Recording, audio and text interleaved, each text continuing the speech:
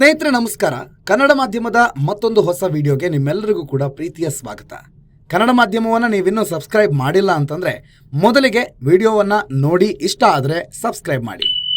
ಇವತ್ತಿನ ವಿಡಿಯೋದಲ್ಲಿ ನಾವು ಮಾತಾಡೋದಕ್ಕೆ ಹೊರಟಿರೋದು ಕುಂದಾಪುರದ ಚೈತ್ರ ಅವ್ರ ಬಗ್ಗೆ. ಕುಂದಾಪುರದ ಚೈತ್ರ ಅಂದರೆ ನಿಮಗೆಲ್ಲ ಗೊತ್ತಾಗ್ಲಿಕ್ಕಿಲ್ಲ.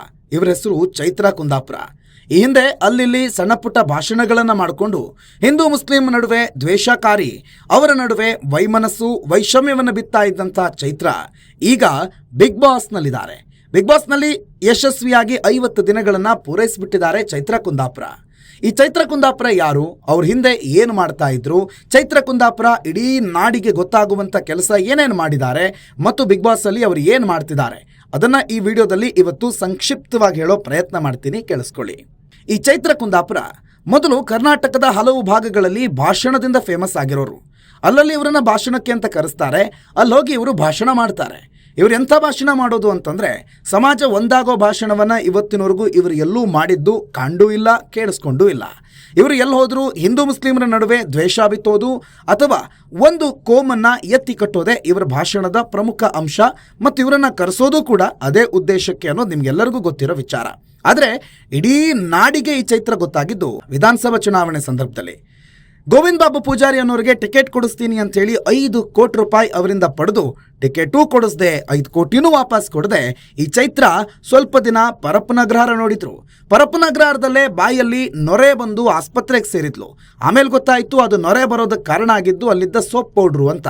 ಬಾಯಿ ತುಂಬ ಸೋಪ್ ಪೌಡ್ರ್ ಹಾಕೊಂಡು ನೀರಲ್ಲಿ ಗುಜುಗುಜು ಅಂತ ಬಾಯಿ ಮುಕ್ಕಳಿಸಿದ್ರೆ ನೊರೆ ಬರದೆ ಮತ್ತಿನ್ನೇನ್ರಿ ಬರುತ್ತೆ. ಅದೇ ಚಾಳಿಯನ್ನು ಬಿಗ್ ಬಾಸಲ್ಲೂ ಕೂಡ ನಮ್ಮ ಚೈತ್ರಕ್ಕ ಮುಂದುವರಿಸ್ತಿದ್ದಾಳೆ. ಕುಂದಾಪುರ ಭಾಗದಲ್ಲಿ ಇವಳಿಗೆ ಚೈನ್ ಚೈತ್ರ ಅಂತಲೇ ಕರೆಯೋದು, ಹಾಗೆ ಈಕೆ ಫೇಮಸ್ಸು. ಇದೇ ಚೈನ್ ಚೈತ್ರಕ್ಕ ಕುಂದಾಪುರ ಭಾಗದಲ್ಲಿ ಮಾಡಿರೋ ನಾಟಕಗಳನ್ನು ಈಗ ಬಿಗ್ ಬಾಸ್ ಮನೇಲಿ ಮಾಡ್ತಿದ್ದಾಳೆ. ಮೊದಲು ಕೇವಲ ಕುಂದಾಪುರ ಜನರಿಗೆ ಮಾತ್ರ ಗೊತ್ತಿದ್ದ ಇವಳ ನಾಟಕಗಳು ಈಗ ಕರ್ನಾಟಕಕ್ಕೆ ಗೊತ್ತಾಗ್ತಾ ಇದೆ.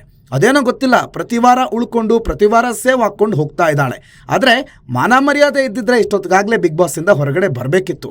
ಕಿಚ್ಚ ಸುದೀಪ್ ಒಂದು ರೀತಿ ರೇಷ್ಮೆ ಶಾಲಲ್ಲಿ ಚಪ್ಪಲಿ ಸುತ್ತಕೊಂಡು ಹಿಗ್ಗಾ ಮುಗ್ಗ ಬಾರಿಸ್ದಂಗೆ ಬಾರಿಸಿದ್ರೂ ಕೂಡ ಒಂದು ಚೂರು ನಾಚಿಕೆ ಮಾನ ಮರ್ಯಾದೆನೇ ಇಲ್ಲದೆ ಇರೋ ಹಾಗೆ ನಮ್ಮ ಚೈತ್ರ ಕುಂದಾಪುರ ಇನ್ನೂ ಆಡ್ತಿದ್ದಾರೆ.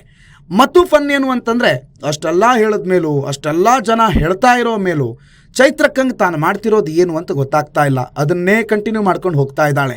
ದೇವರೇ ಈ ಚೈತ್ರಕ್ಕನ್ನು ಕಾಪಾಡಬೇಕು ಮತ್ತು ಈ ಚೈತ್ರಕ್ಕ ಅಭಿಮಾನಿಗಳಿಗೆ ಆದಷ್ಟು ಬೇಗ ದೇವರು ಒಳ್ಳೆಯ ವಿದ್ಯಾ ಬುದ್ಧಿಯನ್ನು ಕೊಟ್ಟು ಅವರನ್ನು ಮೊದಲು ಕಾಪಾಡಲಿ ಅಂತ ಕೇಳ್ಕೊಳ್ಳೋಣ. ಇದೇ ಇವತ್ತಿನ ಕನ್ನಡ ಮಾಧ್ಯಮದ ವಿಶೇಷ. ನೋಡ್ತಾ ಇರಿ ಕನ್ನಡ ಮಾಧ್ಯಮ, ಈ ರೀತಿಯ ಹೊಸ ಹೊಸ ವಿಚಾರಗಳಿಗೋಸ್ಕರ. ನಮಸ್ಕಾರ.